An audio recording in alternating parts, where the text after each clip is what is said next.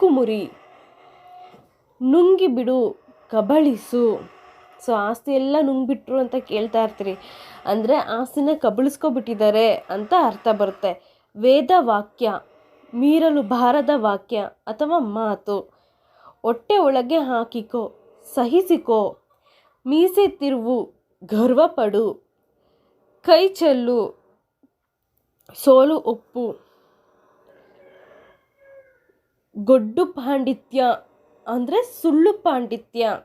ಅರ್ಧಚಂದ್ರ ಪ್ರಯೋಗ ಮಾಡು ಅಂದರೆ ಕತ್ತು ಹಿಡಿದು ಹೊರ ಹಾಕು, ಅಂದರೆ ಕೈನ ಹಿಂಗೆ ಅರ್ಧಚಂದ್ರ ಥರ ಹಿಡ್ಕೊಂಡು ನೂಗ್ತಾರಲ್ವ, ಸೊ ಅದಕ್ಕೆ ಅರ್ಧಚಂದ್ರ ಪ್ರಯೋಗ ಮಾಡು ಅಂತ ಕರೀತಾರೆ.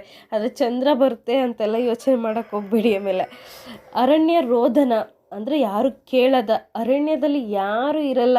ಕಾಡಂದರೆ ಖಾಲಿನೇ ಅಲ್ವಾ, ಪ್ರಾಣಿಗಳಿರುತ್ತೆ. ಅಲ್ಲಿ ನಾವು ಪ್ರಾಣಿಗಳ ಹತ್ರ ಹೇಳೋಕ್ಕಾಗತ್ತಾ?